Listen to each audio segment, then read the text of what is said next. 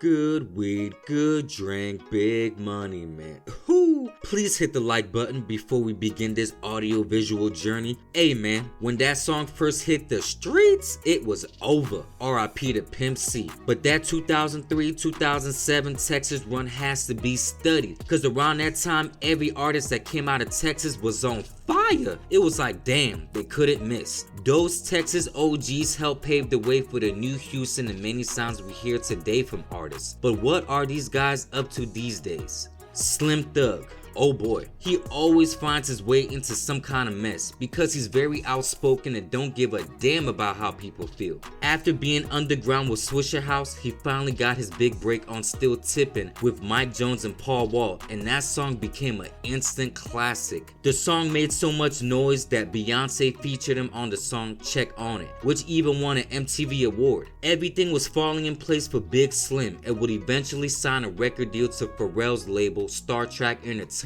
and would release his first official major album, Already Platinum, which came out in 2005. The first album was a success and it peaked at the number 2 spot. He would eventually leave the majors and go back independent because he said the major labels were moving too slow for him and delaying things anytime he would want to put out a project, and he was able to get out his deal and release his second album, Boss of All Bosses, which debuted at the number 15 spot. So Slim was still doing his thing. As far as music goes, he's been staying active, still releasing songs and projects and always collaborating, always in the media. Whether it's him defending Diddy against Cassie or him standing 10 toes down saying Tory Lanez pop Megan Thee Stallion, he never backs down from his position. But a lot of people don't know is that Slim Thug been getting real money for a long time in the underground and even with his investments. He has a construction company called Boss Life Construction, which aims at restoring abandoned homes and rebuilding them to low-cost housing for low-income families. And I remember in the interview him saying they were expanding to commercial property as well.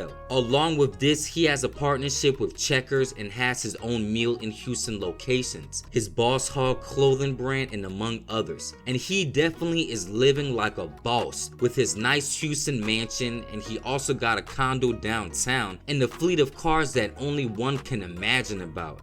And you can't forget about the best part, him bragging about being a sugar daddy like he calls himself Sugar Daddy Slim, and he is always on vacation, literally, but it's good to see that he's still doing good and around. Chamillionaire.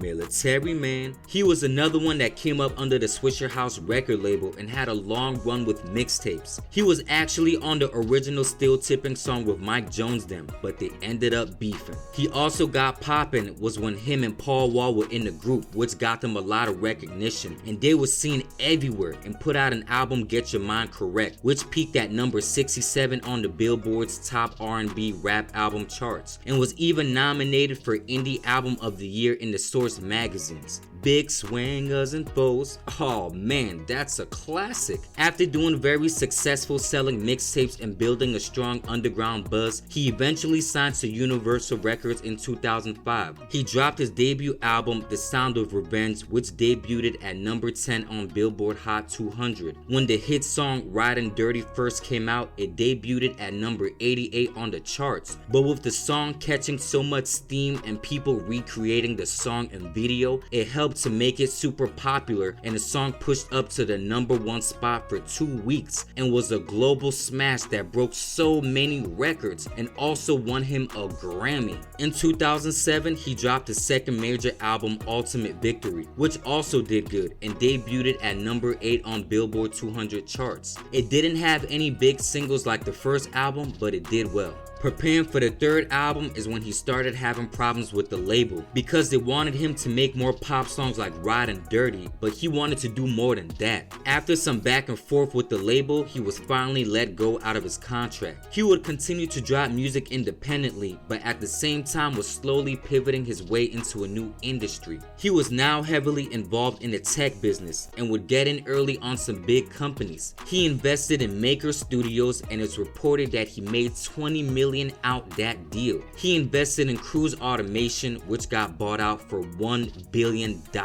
He was one of the first ones to invest in Lyft before it blew up. Ring cameras, he was one of the first ones to invest in that before it got bought out. God damn. Do you know how much he's making from those companies going public and getting bought out? What? Shit, it only makes sense because he said he invested in 60 different companies. No wonder why he said F-rap, cause he's making Silicon Valley type money, not no silly rapper money. So that's why he's been MIA every time people be wondering where he's at. This man is living it up, chilling around the world, enjoying a different kind of money and lifestyle. As far as music goes, he's always dropping here and there and still doing performances and features for his people, so he's not completely out the loop. And as of recently, he relaunched his website along with new music, new merch and perks for the fans. So you never know when he's gonna pop out, but for the most part, he stays quiet and out the way, staying away from the industry mess.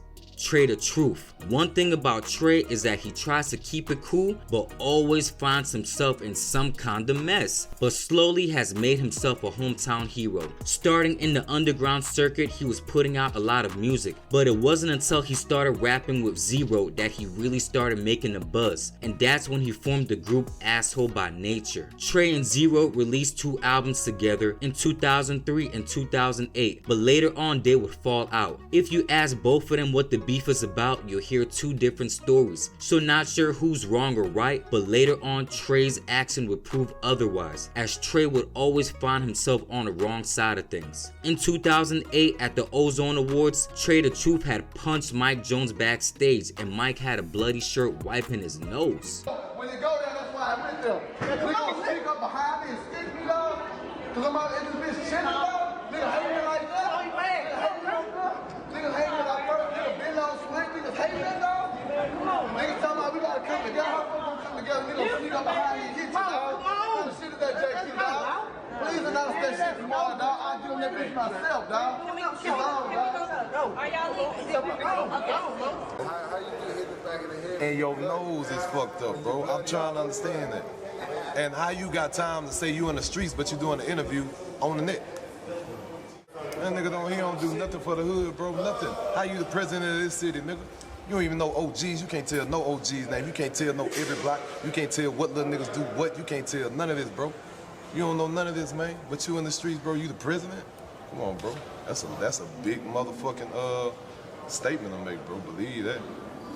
This wasn't an actual beef when I dug into it. According to Trae, he said it's because Mike Jones wasn't showing love to the city but showing love to out-of-town artists. Huh?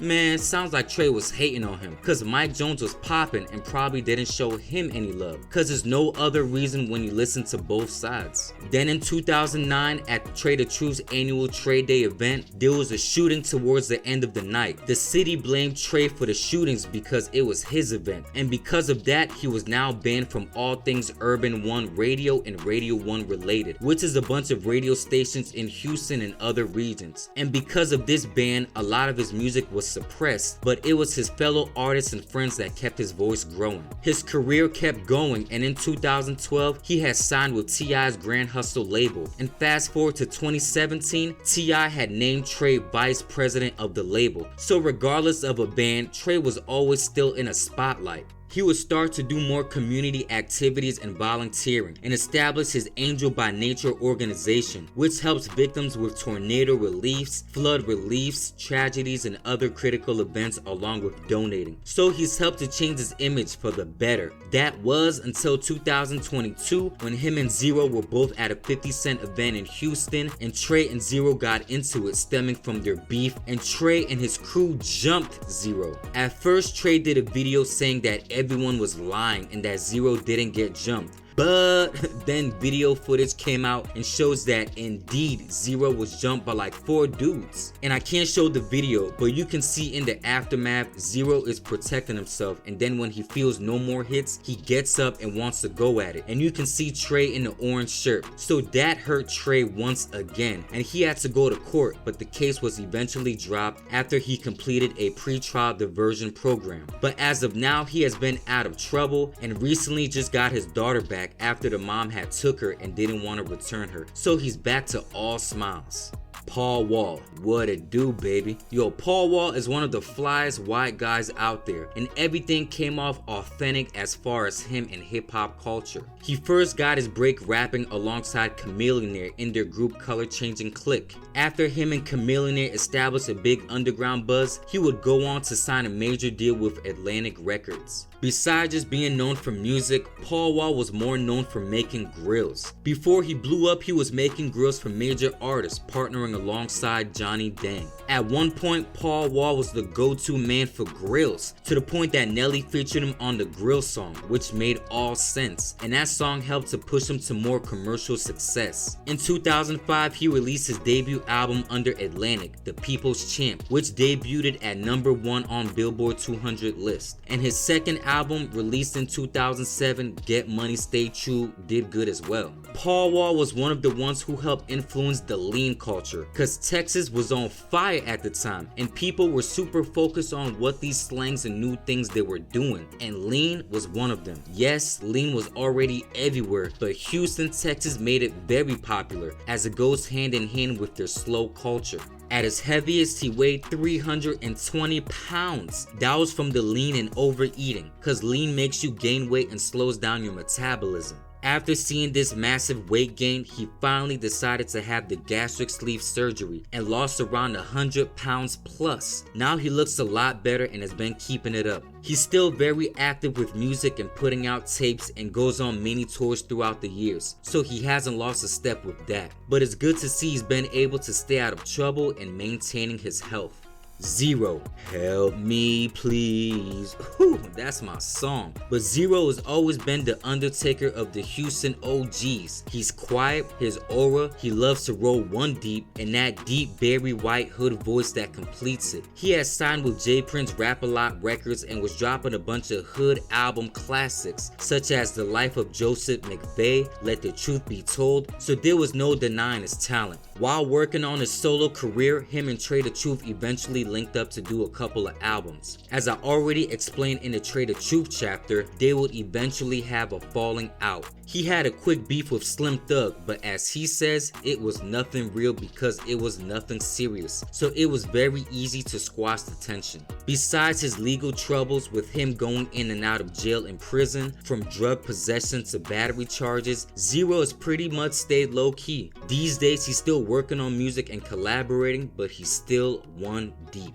Bun B. Since the death of Pimp C, Bun has been keeping the torch going, but you can only imagine how Pimp would be in today's society. He had no filter, but the start of Bun B's solo career started around the time Pimp C had got locked up for an aggravated gun assault charge in 2002. Pimp was sentenced to 8 years but ended up serving almost 4 and was released on parole to serve the remainder of his time. But before Pimp went in, they were able to make a big buzz with songs like Big Pimpin' and Sippin' on Some Scissor, which were very popular commercial songs that got people used to their names. So in the meantime, while Pimp was locked up, Bun was working on his solo album and dropped his debut album Trill in 2005 on Rap-A-Lot Records. The album had debuted at #6 on Billboard Hot 200. Unfortunately, Pimp would pass away in December 2007 from an alleged overdose of lean. Bun B, already used to doing things solo because of Pimp being locked up, continued the journey and dropped his second album, 2 Trill, in 2008, and the album had debuted at #2 on Billboard 200, so music-wise, he wasn't slowing down. Back in 2019, a very scary situation happened where a robber was trying to rob Bun B and his wife, who were home at the time. The gunman first had his wife at gunpoint and was getting ready to leave, but Bun came out shooting and got the dude hit, which he had to go to the hospital for, and that's how he got caught. Luckily, no one was hurt, but they are still shaken up from the situation, but they were safe.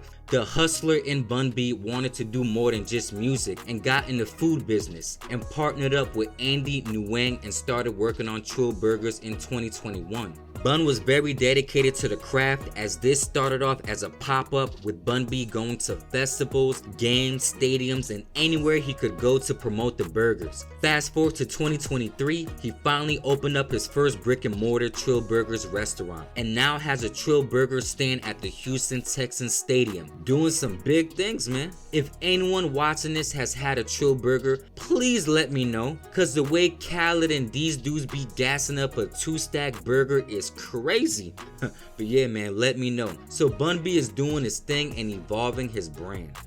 Mike Jones. Now thinking about it, Mike Jones was the one who kicked it off for this era of the Texas OGs that we're talking about. Cause yes, they were all doing their thing on the underground level, but when Still Tippin' hit the streets, it was over. That song alone had 3 guys from this list, Paul Wall and Slim Thug, so automatically there was a lot of curiosity for them. But as you dug deeper with each artist, you began going down a rabbit hole and discovered more Texas artists. He was signed to Swisha House at the time, and when his second single dropped back then, it made his career even bigger. What made him stand out quickly was his type of rap. It was very repetitive. He would repeat one line 2 to 4 times depending on a song, kinda like a chant in your head.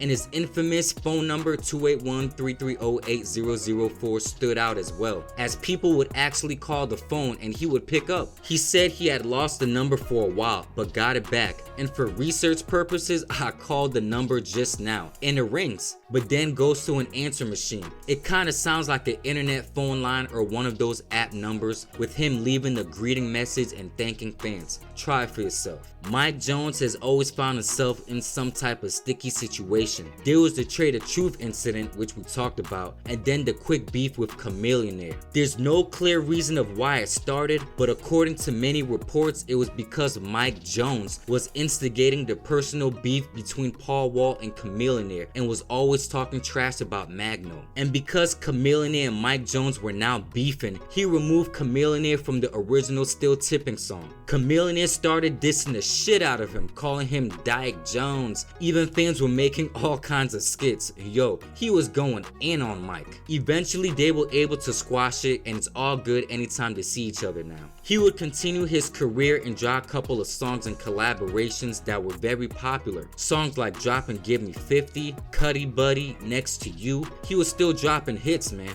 After dropping his album The Voice in 2009, he had went on a long hiatus. He was still dropping songs here and there, but nothing major. But as of now, he's still working on music and doing shows. And recently, people online was clowning him because footage came out of some shows he was performing at that was empty. And to cover it up, this fool has been posting fake receipts of him receiving $100,000 to perform. But this is where he got caught in the lie. He posted a message saying, "Is $100,000 enough to get you to perform for my son's bar mitzvah?" But in the message at the top, you see it's his own number, and usually that number is the other person. And also, what Jewish person is about to send $100,000 is spelling the bar mitzvah wrong?